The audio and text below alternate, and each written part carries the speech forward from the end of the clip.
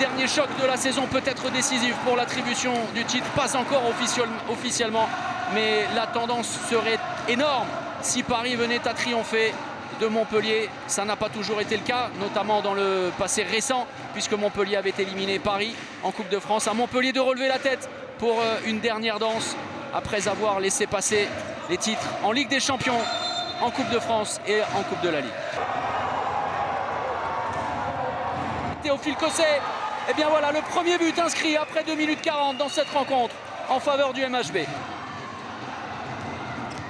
Très peu d'angle pour Gensheimer. Oh, superbe la roucoulette d'Uwe Gensheimer, on le disait, c'est son dernier choc en France face à Montpellier avec le PSG avant de prendre la direction des Rhein-Neckar-Löwen, avant de retourner à la maison. Et Lucas Ballot dans ses œuvres, le premier break après 5 minutes. À nouveau de manière spectaculaire. Le passage en force de Théophile Cosset qui s'est rué à l'attaque. Et attention au repli défensif des Montpelliérains. On est encore sur le jeu de transition, sur la récupération. Et très bien joué. Mohamed Mamdou qui lui a rendu l'appareil. Oui. La relance, Mathieu Gréby, ça va dans tous les sens. Un rythme effréné. La défense de Lucas Ballot et derrière l'intervention sur Valentin Porte. Il est allé chercher le contact. Il l'a trouvé. De joueurs rugueux qui donnent énormément. Et qui se respectent beaucoup. Oui, avec un gros contact. Hein. C'est mon petit but inscrit en 16 minutes. Et pourtant, deux équipes qui, on l'a dit, hein, aiment et jouent très rapidement. Pour l'instant, les défenses sont très performantes.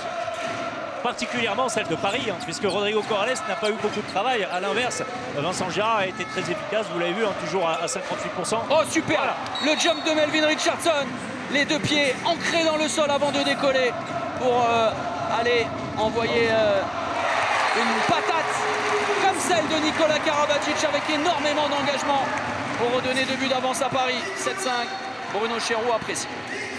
Et la feinte, regardez la feinte de passe, certains diront la feinte de papa, et bien ça fonctionne. C'est la récupération, superbe, remarquable ce que vient de réaliser Viran Moros. Derrière, il prend tout son temps, Uwe Gensheimer, pour aller ajuster un Vincent Gérard bien malheureux, bien esselé. Défense en mode muraille, hein, puisque les Montpellier n'arrivent pas du tout. Oh là là, il est balancé, touché à l'épaule. Luka Stepancic, attention, l'inquiétude est vive pour le Croate. Touché lors de sa chute droite, hein. Lourde. Ouais, c'est l'épaule droite. Hein. Sans aucune retenue, regardez, complètement déséquilibré. Encore un poteau. Écoutez, tant mieux pour les Montpelliérains. Ils n'ont pas vu. Rodrigo Corrales n'était toujours pas dans son but. Il y est désormais. Et ça permet à Valentin Porte de réduire quelque peu le score, l'écart en tout cas au score. Et à droite. La passe sautée pour Théophile Cosset, ça va mieux. Cette fin de première période à l'image de la supériorité numérique pour venir recoller. Il n'y a plus que 4 buts d'écart. Et le nouveau temps mort étonnamment pris par Raúl González. Uwe Gensheimer, une nouvelle fois face à Vincent Gérard. Et toujours cet impact. C'est intéressant, vous êtes entretenu avec la personne qui est juste derrière nous, qui gère les données et qui est allé s'entretenir avec vous pour vous montrer les impacts préférentiels d'Uwe Gensheimer. On parlait de l'évolution et du futur de ce genre de données importantes. Bien justement, pour voir les impacts d'un joueur, ça peut être extrêmement intéressant pour un gardien. Ce sont des données extrêmement importante alors pour les joueurs, pour les staffs, pour les entraîneurs, pour un petit peu tout le monde. Alors même si pour Uwe Gensheimer, sincèrement, on connaît toutes ses qualités, particulièrement à 7 mètres.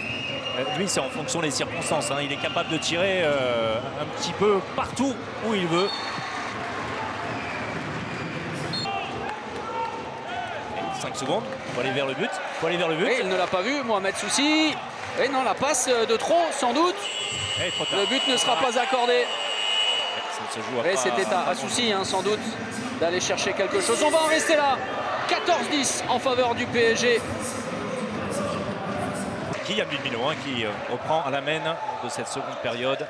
Mais Soussi repart également au combat. Et puis Valentin Porte Et sur un tir extérieur très compliqué hors secteur, Mohamed Soussi et l'arrêt de Rodrigo Corrales qui commence de la même manière. Oh, le kung-fu de Nicolas Karabatic pour Sonder Sargosen en haute altitude.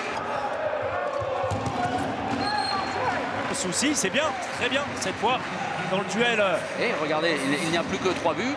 Mohamed Soussi, qui a été transparent pendant 25 minutes, a bien terminé la première période, commence très fort cette seconde période. On ne connaît pas encore l'issue de cette rencontre parce qu'il n'y a que 3 buts. Ça peut aller très vite, donc d'où effectivement cette interrogation quant au MVP. Mais vous pouvez jouer, plus vous jouez, plus vous avez des chances de gagner. Oh, la passe lumineuse de Nedim Remili jusqu'au décalage. Sonder Sargosen enrôlé pour Lucas Ballot à la finition. Mais quelle inspiration merveilleuse de Nedim Remili. Oh, quelle passe une nouvelle fois, Nedim Remili pour Lucas, justement. Altruiste et lumineux, Remili.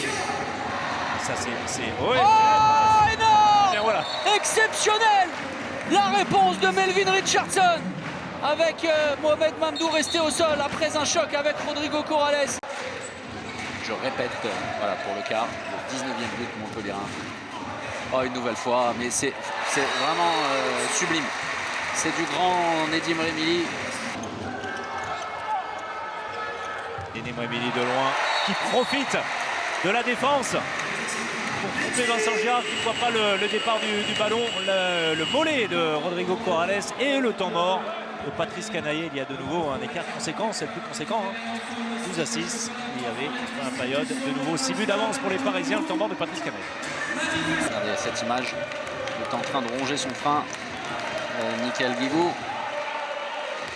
Il est en pleine possession de ses moyens physiques. Et oh là là, quelle finition! Nedim Remili, il était pris avec la défense en zone face à lui.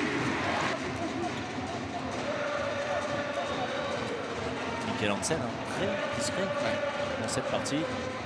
Oh, le ballon lâché, le croisé, le jeu sans ballon, la course diagonale et derrière du grand Mickaël Hansen à la finition.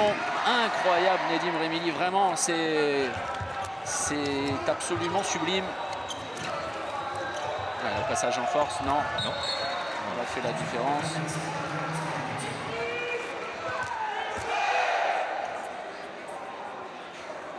Très bien joué, 110 km/h. Le petit coup de poignet pour lâcher le ballon, comme à l'entraînement. De l'efficacité également. Offensivement, ça aura été beaucoup trop compliqué pour ce Montpellier-là, parce que Paris a été très hermétique, a été très solidaire. Et derrière, et malgré la présence de Vincent Girard, le PSG était tout simplement aujourd'hui trop fort.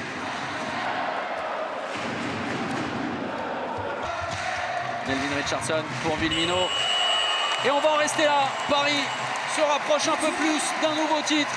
Paris a dominé outrageusement son duel avec Montpellier. Oubliez l'élimination en Coupe de France face à ce même MHB il y a quelques semaines.